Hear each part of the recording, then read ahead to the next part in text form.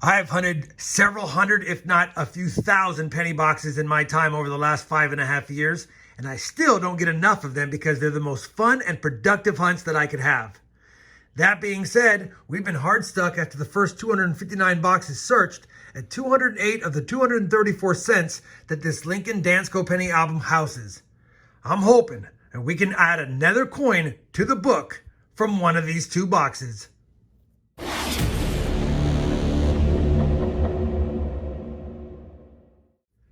Hey everyone, it's RobFindsTreasure and welcome back to my channel. We have another 2-box penny hunt today in our quest to slot another cent in this Dansko Lincoln penny album.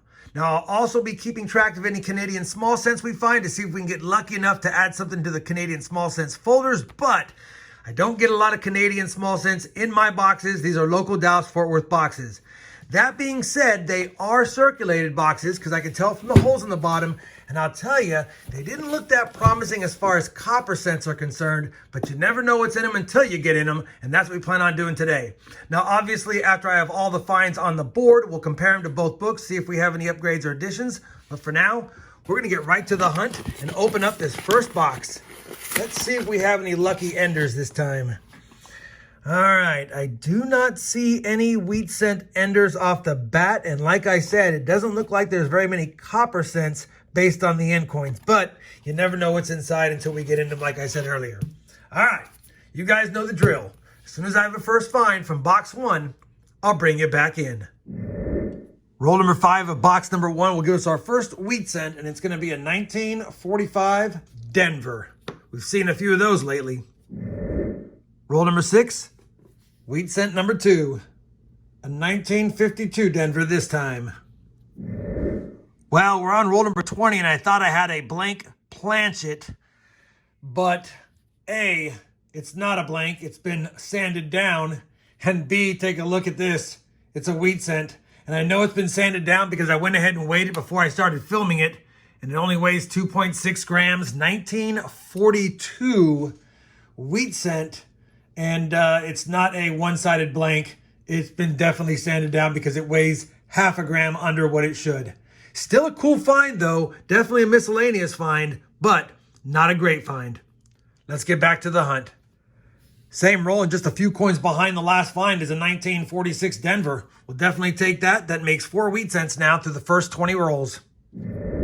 Roll 25. Wheat cent number 5. Is going to be a 1953 San Francisco. Same roll and sliding them down. Take a look at the reverse of that wheat cent. Holy cow. That's a beauty. Probably late 50s. No. Mid 50s. 1953 Denver. We'll take that. I don't think we need that as an upgrader, but that's a beauty for sure. Find of the hunt so far. We've already got 6 wheat cents. Roll number 28 is going to give us our 7th wheat cent and our oldest. Take a look at this, 1930. We do need some from the 30s with mint marks and some early ones included, but we have this one. We'll have to see if it upgrades. I doubt it does. Still a nice addition to the top of the board. Roll 36. Wheat cent number 8 is reverse facing. It's a 1958 Philly, last year wheat cent. We have finished that first box of this 2-box hunt, and it was light on copper as I expected. Only 2 pounds, really 2 pounds and 0.2 ounces in the cup. So I did think it would be light, and it was. That being said, it was decent on wheat cents. We only have 8 on the board, but one is a 1930. We love seeing that from Philadelphia. The second one is missing the whole reverse, obviously post-mint damage, but still kind of cool. And then we got a super nice red cent 1953 Denver, which I'll definitely compare to the album. Canadians, we got a couple of them, a 1978 and a 1993. We got 2 1959s, one really nice 1968 San Francisco. I'll compare that one as well. And actually 2 69S's, unfortunately though, not the DDOs of course. 1 box down, 1 box to go. Let's go ahead and slide this second box over and take a peek at what's on the top side. All right. And definitely have another circulated cent box, but I don't see a lot of copper yet again. Don't see any other fancy enders either. But like I said in the last box, you never know what's on the inside until you get into them. I'll be back with my first find of box number 2. Roll number 2 of box number 2, wheat cent number 9 of the hunt, a 1946 Denver. Roll number 5 of the second box. We've got 10 Wheaties now for the hunt. Reverse facing, a 1958 Denver. Roll number 60 of the 100 roll hunt will give us wheat cent number 11, and it's going to be a 1941 Philadelphia, so you know we got to check it for the 3 different DDOs that you can find on this cent. One's at the date. You can see it at Liberty, which I don't, and on Trust, which I don't. So it's not a DDO, but it's still another find for the board. One of our older ones, too.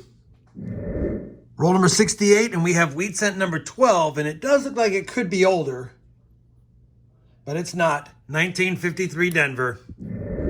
Well, we're on roll number 80, and the 13th wheat cent made us wait for it, but we do have a baker's dozen now.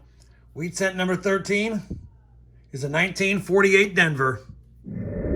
Roll number 92, and wheat cent number 14 is going to be our good friend, the 1950 Denver. We have finished that second penny box, and unfortunately, we're going to be stuck at 14 wheat cents for both boxes. That means the second box only gave us 6 more, and really nothing for the board in the second box. Most of the finds were the best ones from the first box. That being said, we had 2 Canadian cents, like I said before, 459s, that nice 68 San Francisco, and then a couple of 69S's. None of the side finds really from box number 2. As far as copper, the second box was a little bit better than I thought. We did end with 4 pounds and 3 ounces, so a little bit more copper in the second box, just less finds overall. I don't think we'll have any additions. We might be able to add an upgrade here, this 53 Denver. We'll have to see. Let me go ahead and compare all of today's finds to both albums, see if we have any additions or upgrades, and then come back with the final look at the books and some final thoughts on today's hunt. We have compared all of today's finds to both albums, and first and foremost, we did not get any Canadian small cent additions or upgrades. The Canadian small cents, I basically need the older ones or the more modern ones post 2000. So that's what we're looking for in those. Nothing to change there. I did make a case to upgrade 2 of the cents in my Dansko Lincoln Penny album. They're slight upgrades. We went ahead and upgraded the 1968S because this 68S does have something below his eye, as you can see. And on the reverse, same thing. It has some discoloration or some gunk. So basically the one we got today was nicer overall, even though that's a nice one. Same thing with the 53 Denver. The one I put in the book today was from today's hunt. The one that we had in the book does have some scratches, a little bit more scratches than the one in the book. Not a lot, but I still think that the one that we got today is slightly better than this one. Maybe it's a tie, but I went ahead and upgraded it nonetheless. So 2 upgrades, no additions for the Dansko Lincoln Penny album. And so now, after 261 boxes searched, we're stuck at 208 out of the 234 cents found. And then, of course, for the Canadian small cents, 62 out of the 115. Again, most of them being post-2002 and then prior 1960. So hopefully you guys had fun despite the lack of finds in today's 2-box hunt. It's nice getting upgrades, but it would have been nicer getting some additions. If you did, I'd appreciate that thumbs up. And as always, everyone, happy hunting, and thanks for watching.